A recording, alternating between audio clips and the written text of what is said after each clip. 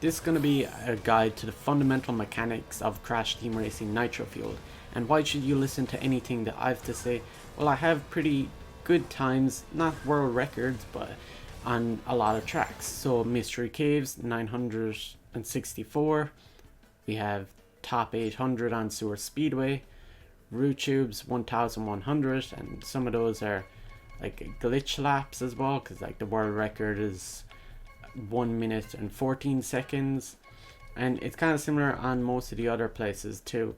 So Coco Park 547, we go Slide Coliseum 639, and Turbo Track 787. So they're not like world records, but I kind of like have a good grip on the game to talk about it. If we look at the different characters, there's 4 different classes right now, and they might add a new one in the future or whatever, but for right now the fast characters are straight up the best. And the reason why is a lot to do with their power sliding, the direction and the curve that they use while they're power sliding. With the fast characters you can go in a more straight line, and the turning characters are literally just so slow that even if you steer well with them, your power sliding is going to be way harder to do in a straight line, and you're also going to travel slower. The all-round characters such as Cortex and Crash are also pretty okay, but they're still suffer from the same problem of trying to keep straight lines while power sliding. And probably the second best class in the game is the acceleration character, and these can keep an almost straight line similar to the fast characters, but they can't travel as quick. You have Engine and Coco are the two from the original game Crash Team Racing, where they were quite similar as well. And if you want to beat the best time trial times, the fast characters are the best. And sometimes online, when you're getting itemed a lot and you keep crashing or something, the acceleration characters will often be just better because, well, not necessarily better, but they're easier. And if you want to take the game further, it's a lot of the reason why these fast characters are categorized under advanced, and then these are categorized under intermediate, which is kind of more representative of what's happening in this game. But the other thing to take into account is the size of the 3D model of the characters. So for example, Tiny ends up taking up a lot of space, and this ends up blocking your camera and seeing where you're going to drive in the future. You might drive into a beaker or a TNT, and doing even stuff like Relic Race, it ends up being a little bit harder to see the boxes in front of you. So often it's best to pick a character like Amy, which is a fast character with a small 3D model, and you also have the new character Baby T, which you can use. And I'm going to end up using Baby T here. And the carts then is kind of like a bit different. Typically I would not recommend using any of the hovercraft type ones because you can't see where your wheels are exactly, and the kind of wheels have often what do you call that, like a trailing effect where the tires are skidding along the ground, so you can kind of see the direction that you're going in. It's harder to see this, and also when you're kind of floating in the air, it's hard to see exactly where your collision is going to be. So often just picking some safe cart, like a lot of people pick this one or this one for safe stuff in time trials, and you can use this one, is pretty good, the new Mammoth one, but either way, just probably best not to use the hovercraft ones. So now we're going to look at the power sliding and going over a slightly more advanced section where you're trying to do the triple power slides and do perfects each time. Now I'm not going to explain the buttons. You can go into hints and you can see the power sliding and stuff to get the basic input of what's going on with this if you don't understand what I'm talking about. But I'm going to start looking at the difference between a good and a perfect. And if we look here now and we do a good, that's halfway through the good bar, and it gets us to about here, right? So it's not, that's pretty okay, but a perfect can do way better. So we go back here again, we do a power slide and we do a perfect, and you end up noticing we even did worse cornering and took us much further.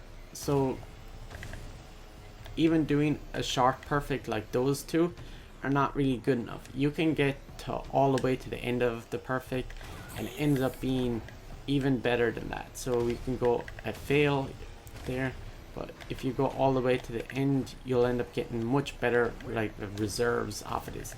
So every time that you do one of these power slides, you get reserves, and the worse power slides you do, those reserves will not last as long, so the flames in the back will be a shorter amount of time. You want your reserves to stay around for as long as possible, and one of the mechanics that you want to do is called Sacred Fire, and this is why it kind of becomes important. So if you do a few power slides and go over a boost pad, you don't necessarily have to be power sliding going over the boost pad, but when we start doing slides like this, we can maintain this big flame for as long as possible. This is what's called Sacred Fire, and every time you go off a jump or a boost pad, it helps you maintain these reserves for longer. Now, what I'm going to end up doing to show you the difference between Sacred Fire and just doing like better cornering example, this is what I'm going to end up showing you. So this next lap I'm going to do is going to be all wide corners with Sacred Fire. So right now I'm just focusing on trying to do really wide cornering. You don't necessarily even need to hit the boost pads if you just keep power sliding. Now I end up having so much reserves, I won't actually go any faster than this. The only way I can go faster is if I get the blue fire, which I'll be explaining later. But you'll end up seeing that this lap is pretty wide, right? All the corners are really, really wide. Now what I'm going to end up doing this next lap is I'm going to try and do better cornering and show you the example of the difference. So we did a 31-second lap with Sacred Fire the whole way through, and this is better cornering, and we don't even have to do the same amount of power slides. Now we do have some reserves that are left over from the last time, which allows us to pretty much go straight through that section. And we're not doing the shortcut just for the example of this video, but you end up seeing there's a pretty noticeable difference there between the lap times. 4 full seconds, well, 3.5 seconds. And this is a relatively short track, so if you had tracks where there's 50-second laps, this cornering is going to make a huge difference. And even my cornering there was, I would guess, kind of mediocre. Well, it was a little bit above average, but you can do even better than that and save even more time. So now we're at Coco Park, and I'm going to end up showing you, this is a pretty good track to show an example of this. So this is the line that's down through the middle of the track, and you can use that as a reference point to see where you can power slide to. Now I'm going to start power sliding at the finish line to show you what ends up happening here. So I'll end up starting going down through the middle of this line to show you the example of the power sliding lines. So if I do a power slide from here without steering in any way, you'll end up seeing that it kind of goes in this direction and it goes all the way over to here. Now if I end up doing the same power slide, but I'll end up steering inwards so we can do, let's say, corners tighter. So we go back here, we do this, and if we steer in tight, we can go in really tight like that. Now it ends up being really, really noticeable, and if you steer the opposite direction of what way you're power sliding, so I'm power sliding to the left now and I'm steering to the right, and once your cart starts shaking like this, you can keep going like that. So it ends up being quite noticeable here. Even this is almost a straight line, as you'll end up seeing. It's not necessarily directly straight, but last time we ended up landing somewhere around here without any steering involved whatsoever. Now when you end up seeing a track like this, it's quite easy and it's a really wide track. But if you're sometimes trying to do stuff, the direction that you're turning on the first power slide will heavily dictate the way that you're going to power slide on the next two ones, or the direction that you're going to go. And on the fast characters, this is kind of important because you'll want to take corners pretty accurately, especially when you're trying to do like better times as well.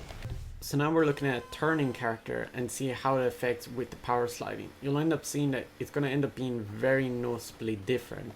Now this is showing you the most extreme, so this is power sliding with no directions being used. And now we'll do one with turning in tight into the left hand side. So see how tight we can actually go with this. So it goes really tight. That's ridiculous. And if we go third time with steering the opposite direction of which we're going, which in this case we're going to steer to the right, it's not so good either. It's very hard to keep a straight line, and this is a big reason why the fast characters are much better.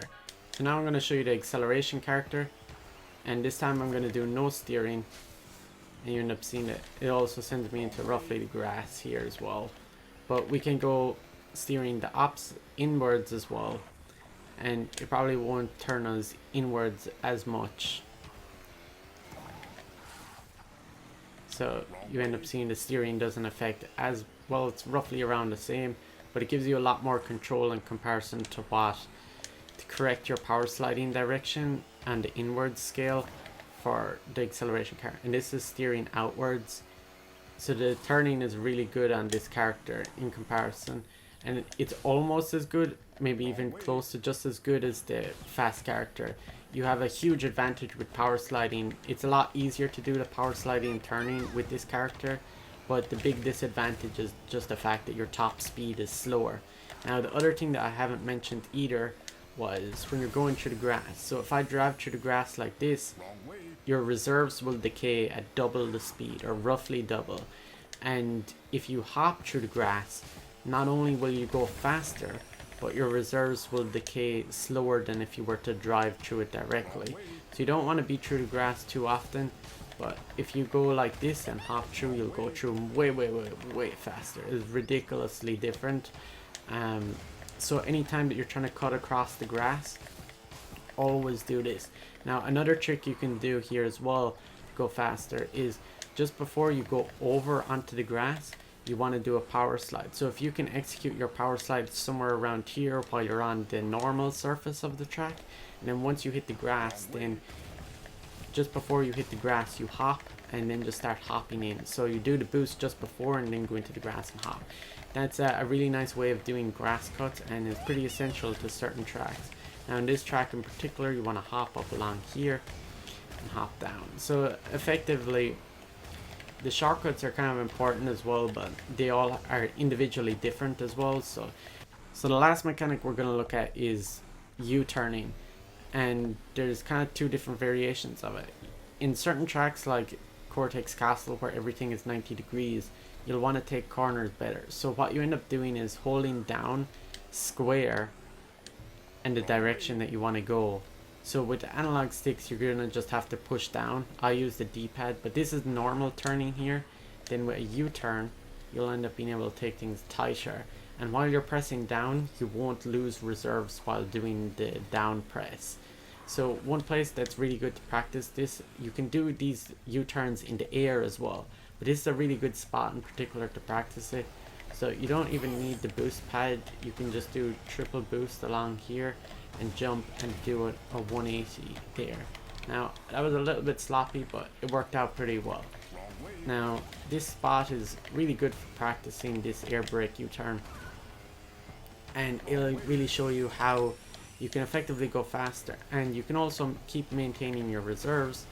When you jump off this, you then want to do the air brake U-turn while you're in the air, and if you don't get the height, it ends up being way harder. And if you're using the D-pad in particular, you really have to emphasize the down button.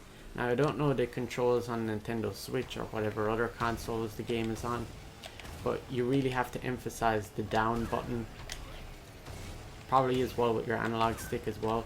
But you end up seeing that I can maintain my reserves. You can do almost like a 180 whenever you do this, and this is pretty essential to certain tracks, especially once you got blue fire. When you have blue fire, corners sometimes get very difficult to do when you're going very fast.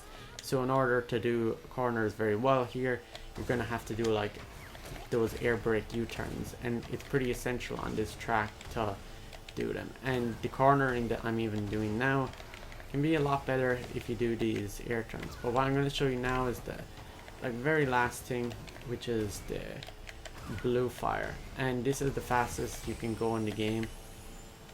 And really it's just a lot of the blue fire is just about learning how to do it on certain tracks. So here's like an air brake U-turn, you can do mini ones on the ground, and that's effectively how you can do these full blue fire laps. Now it wasn't really a brilliant example of a blue fire lap, but these air brake U-turns are pretty essential when you're going fast and to maintain that reserves that you're building up over time. The last thing that I'm going to just mention, just particularly about this track, is invisible walls, and this is something that probably won't get patched, but you end up seeing that here at this spot the wall kind of doesn't go out as the same. When you're driving along like this, you end up seeing that my cart is actually hitting off the wall right now, but the 3D model doesn't represent that.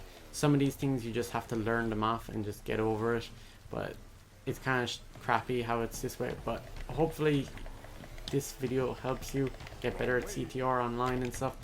And other things, like when you're driving near the edge of the track, if you're driving around here and you get hit by an item like a clock, you'll end up just falling off the track. The clock will make you bounce and lose control and fall off like that. So I hope you enjoyed this video. I'm going to do some more Crash Team Racing Nitro fueled videos, such as shortcuts and looking at particular tracks and guides for them. So if you want to see more like this, make sure you subscribe.